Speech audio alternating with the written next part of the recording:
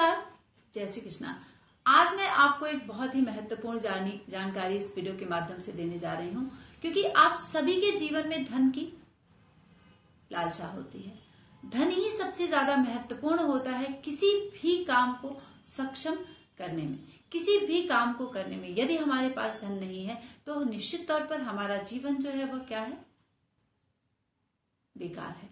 क्योंकि धन हमारा बल है, धन हमारी समृद्धि है। धन से ही हम समस्त कामों को कर सकते हैं अपने जीवन में संपन्न, चाहे वह रोटी हो, कपड़ा हो, या फिर मकान हो, या फिर शिक्षा हो, या फिर स्वास्थ्य हो। इन सब को देखने के लिए, इन सब को संभालने के लिए सबसे ज्यादा जरूरत क्या होती है, वह होती है धन की। तो आज मैं इस वीडियो में आप सभी को बताने जा रही हूँ कि वो कौन सा सबसे शुभ प्लेनेट है जो आपको आपके जीवन में धन देता है, धन की आवृत्ति फ्लो से करता है। और जब वही ग्रह अस्त होता है, नीच का होता है, तो अचानक से आपके जीवन से धन चला जाता है। तो आप गेस करिए कि कौन सा ग्रह है। आप सभी सोच रहे होंगे अरे शुक्र है, कोई सोच रहा होगा कि बृहस्पति है, कोई सोच रहा होगा बुध है। ऐसा नहीं है।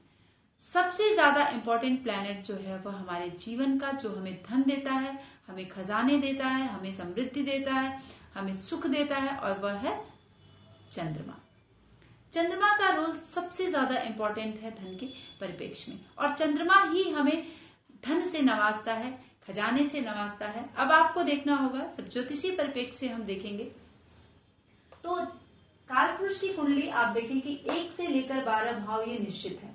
1 से लेकर 12 राशियां जो है इन भावों में निश्चित तौर पर होती हैं। अब ये डिपेंड करता है कि जब हमारा लग्न यानी जो हमारे जन्म का काल होता है, लग्नोदय काल होता है, और कौन सा लग्न हमारी, लग्न यानी ये प्रथम भाव, कौन सा लग्न हमारी जन्म पत्री में उदय हुआ है और कौन सी राशि उदय हुई है, और चंद्रमा की स्थिति हमारी जन्म पत्री में किस भाव में है, वह बुरे भाव प्रभाव में तो नहीं है, अस्त तो नहीं है, या फिर नीच का तो नहीं है। इस बात को देखना आपको सबसे ज्यादा इंपॉर्टेंट है अपनी जन्म पत्री में। तो यदि आप अपने जन्म जीवन में धन की इच्छा रखते हैं तो निश्चित तौर पर चंद्रमा को देखें अपनी जन्म पत्री में। अगर वह कमजोर है तो उसे मजबूत करें।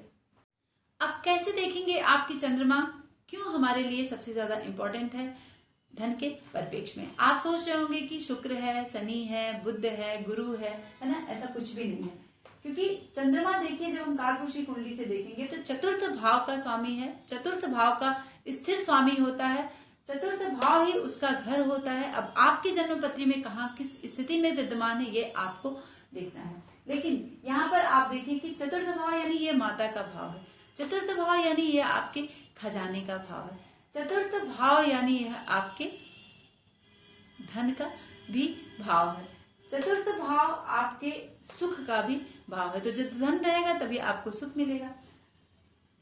अब चंद्रमा किस राशि में उच्च का होता है, वह भाव कौन सा है। जब कालपुरुष की कुंडली से देखेंगे कि 2 नंबर की राशि यहाँ पर आई, यानी वृष राशि यहाँ पर आएगी, और वृष राशि में ही चंद्रमा द्वितीय भाव में जाकर उच्च का हो जाता है, और द्वितीय भाव से ही हम धन को देखते हैं। तो धन ही हमारा द्वितीय भाव है, द्वितीय भाव ही हमारा धन है, और चतुर्थ भाव ही हमारा खजाना है, हमारा बैंक बैलेंस है।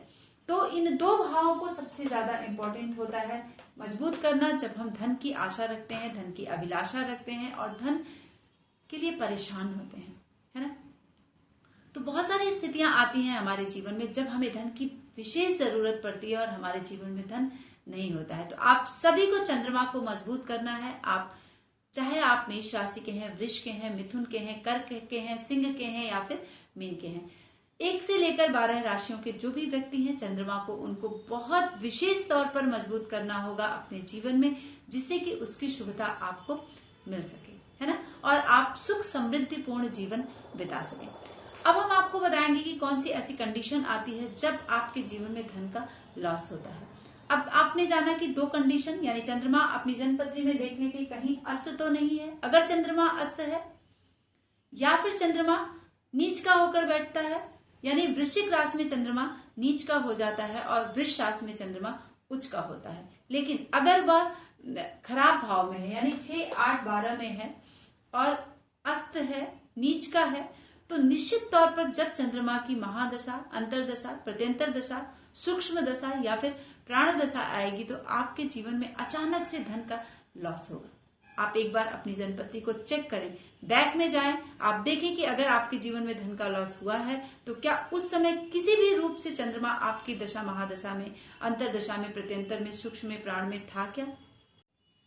अब आपको एक बहुत महत्वपूर्ण जानकारी यहाँ पर देने जा रहे हैं कि ये तो आपके खजाने का भाव है, यह आपके धन का भाव है, यानी यहीं पर चंद्रमा उच्च का होता है। और ये जो अष्टम भाव है ये क्या है, आपका पैतृक संपत्ति है। आपको जो मुफ्त का खजाना मिलता है, मुफ्त की जो संपत्ति मिल जाती है, यानी आपको जैसे दादा बाबा की संपत्ति आपको तो मुफ्त में मिल गई है ना, क्योंकि हमने तो उसके लिए कुछ भी प्रयास नहीं किया है, कुछ भी कर्म नहीं किया है, ये हमारे भाग्य से हमें मिलता है। या अचानक से किसी की सेवा आपने की, आपको संपत्ति मिल गई।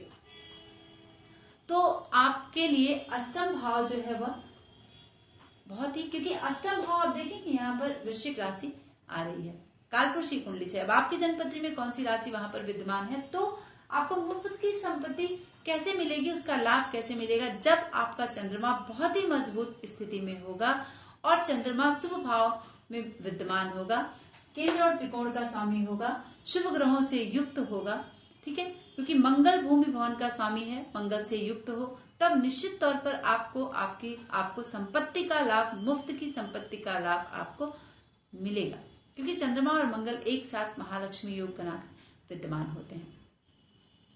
तो चंद्रमा ही धन है, चंद्रमा ही आपको धन दिलाएगा, चंद्रमा ही आपको सुख दिलाएगा। और अब आपको उपाय कौन सा करना है, जब आपके धन की आवृत्ति दिनों दिन रात चौगुनी बढ़ती चली जाए। सबसे पहले आपको, यानी आपने देखा कि चतुर्थ भाव यहाँ पर माता का है, आपको अपने माता की ब्लेसिंग निश्चित तौर पर लेनी है। ऐसा नहीं कि हमें धन पाने के लिए अपनी माँ की सेवा करनी है, अपने माँ के, यानी हम अपने माँ का अंश हैं, है ना, हमें हमारे माँ को दुख कभी नहीं होना चाहिए, नहीं तो हमारा जो बैंक बैलेंस है, हमारा जो खजाना है, हमारी जो सुख समृद्धि है, हमारा धन है, वह क्या है, इम्बैलेंस होना शुरू हो जाता है ना, हम परेशान से रहने लगते हैं, अचानक से धन का लॉस हो जा रहा है। क्यों, एक तो चंद्रमा अस्त है, चंद्रमा नीच में बैठा है, और दूसरे हम अपनी माँ का अपमान कर रहे हैं, है ना। तो हमें अपनी माँ को बैलेंस करना है, यानी उनको सुख देना है अपने जीवन में, अपने कर्मों से, अपने शरीर से उनको सुखी करना है, उनके लिए जो भी इच्छा है उनकी, उसको पूरा करना है, उनको उनकी सेवा करनी है, तब जाके एक पोर्शन जो है आपका धीरे धीरे धीरे से आपका सही होने लगेगा। ठीक है, ये तो एक रहा कि पृथ्वी तत्व, यानी एक तत्व की जो जल तत्व का जो एक कॉम्बिनेशन है ना, अग्नि तत्व, पृथ्वी तत्व और जल तत्व का जब कॉम्बिनेशन बहुत ही ज्यादा मजबूत होगा, तब जाके हमारे धन की जो अभिलाषा है वह है पूर्ण होगी। उसके बाद आपको क्या करना है, चंद्रमा को आपको मजबूत करना है।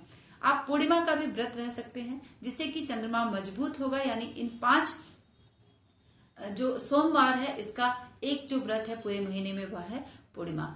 चांद को जल देना है, पूर्णिमा का व्रत रहना है, ठीक है। और दूसरे, आपको अगर चंद्रमा कमजोर है तो आपको मोती धारण जरूर करना है। इससे आपका मन मजबूत होगा, आपको कार्य करने की क्षमता बढ़ेगी, आपके धन का जो पोर्शन है वह क्या है, बैलेंस होगा, धन की स्थिति अच्छी होगी।